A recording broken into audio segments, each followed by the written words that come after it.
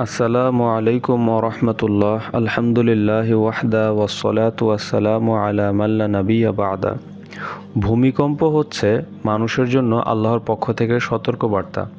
মানুষ যেন নিজের অপরাধের জন্য তওবা করে মহান আল্লাহর কাছে আত্মসমর্পণ করে, নিজের অনৈতিক আচরণ ঠিক করে নেয়, সবার সার্বিক নিরাপত্তার জন্য দোয়া করে, আল্লাহকে অনেক বেশি স্মরণ করে এবং তার কাছে ক্ষমা প্রার্থনা করে।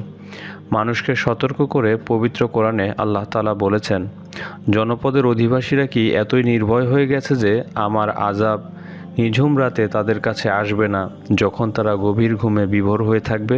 সূরা আরাফ আয়াত ৯৭। বান্দার অপরাধ ক্ষমা প্রসঙ্গে আল্লাহ তাআলা বলেছেন, যে বিপদ আপদই তোমাদের ওপর আসুক না কেন তা হচ্ছে তোমাদের নিজেদের হাতের কামাই, আর আল্লাহ তোমাদের অনেক অপরাধ ক্ষমা করে দেন। সূরা শুরা আয়াত ৩০। পবিত্র কোরআনে ভূমিকম্প বিষয়ে জিলজাল বা দাক্কা শব্দ দুটি ব্যবহার করা হয়েছে। জিলজাল অর্থ হচ্ছে একটি বস্তুর নড়াচড়ার কারণে আরেকটি বস্তু নড়ে ওঠা। দাক্কা অর্থ হচ্ছে প্রচণ্ড কোনো শব্দ বা আওয়াজের কারণে কোনো কিছু নড়ে ওঠা বা ঝাঁকুনি খাওয়া। ভূমিকম্প সম্পর্কে রাসূলুল্লাহ সাল্লাল্লাহু আলাইহি ওয়াসাল্লাম বলেছেন, এ উম্মত ভূমিকম্প, বিকৃতি এবং পাথর বর্ষণের মুখোমুখি হবে। একজন সাহাবী জিজ্ঞাসা করলেন, কখন সেটা হবে হে আল্লাহর রাসূল? তিনি বললেন, যখন গায়িকা এবং বাদ্যযন্ত্রের প্রকাশ ঘটবে এবং মদ পানের সয়লাভ ঘটবে। তিরমিজি হাদিস নাম্বার 2212। অন্যত্র বলা হয়েছে, ভূমিকম্প হচ্ছে কিয়ামতের একটি অন্যতম আলামত।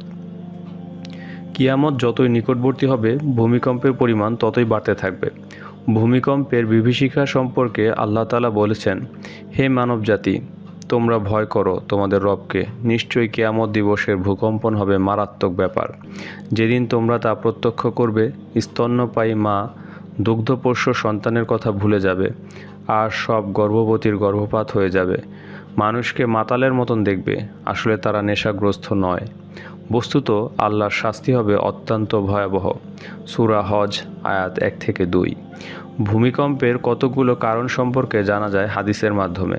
প্রিয় নবী হযরত মুহাম্মদ সাল্লাল্লাহু আলাইহি ওয়াসাল্লাম বলেছেন, যখন অবৈধ উপায়ে সম্পদ অর্জিত হবে, কাউকে বিশ্বাস করে সম্পদ গচ্ছিত রাখলে তা আত্মসাৎ করা হবে, যাকাতকে মনে করা হবে জরিমানা হিসেবে, ধর্মীয় শিক্ষা ছাড়া বিদ্যা অর্জন করা হবে, পুরুষ তার স্ত্রীর বাধ্যগত হয়ে মায়ের সঙ্গে বিরূপ আচরণ করবে, বন্ধুকে কাছে টেনে নিয়ে বাবাকে দূরে সরিয়ে দেবে, মসজিদের শোরগোল হবে, সবচেয়ে দুর্বল ব্যক্তি সমাজের শাসক হবে।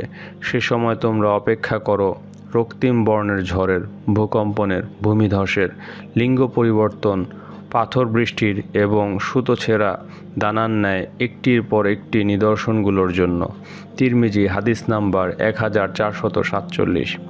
তাই বলা যায়, বর্তমানে যে সমস্ত ভূমিকম্প হচ্ছে তা মহান আল্লাহর পাঠানো সতর্কবার্তার নিদর্শনগুলোর একটি। এগুলো দিয়ে তিনি বান্দাদের সাবধান করেন। মূলত এগুলো মানুষের পাপ ও অপরাধের ফল। কেননা আল্লাহ তাআলা অধিকাংশ জাতিকে ভূমিকম্পের গজব দিয়ে ধ্বংস করেছেন। ভূমিকম্প এমনই এক দুর্যোগ যা নিবারণ, প্রতিকার বা প্রতিরোধ করা বা পূর্বাভাস পাওয়ার মতো কোনো প্রযুক্তি মানুষ এখনও আবিষ্কার করতে পারেনি। সুতরাং ভূমিকম্পের ভয়াবহতা থেকে বাঁচতে আল্লাহর কাছে ক্ষমা ও আশ্রয় প্রার্থনা ছাড়া আর কোনো উপায় নেই। আল্লাহ তাআলা মুসলিম উম্মাকে যথাযথ আমল করার তৌফিক দান করুক এবং গুনাহ করার পর দেরি না করে আল্লাহর কাছে ক্ষমা চাওয়ার তৌফিক দান করুন। আমিন। সুবহানাকা আল্লাহুম্মা ওয়া বিহামদিকা আশহাদু আল্লা ইলাহা ইল্লা আনতা আস্তাগফিরুকা ওয়া আতুবু ইলাইক। প্রিয় বন্ধুরা, যারা এখনও আমাদের এই চ্যানেলটিকে সাবস্ক্রাইব করেনি তাদেরকে বলবো অবশ্যই সাবস্ক্রাইব করে আমাদের সঙ্গে থাকেন এবং দিন প্রচারের স্বার্থে এই ভিডিওটি শেয়ার করে দিন।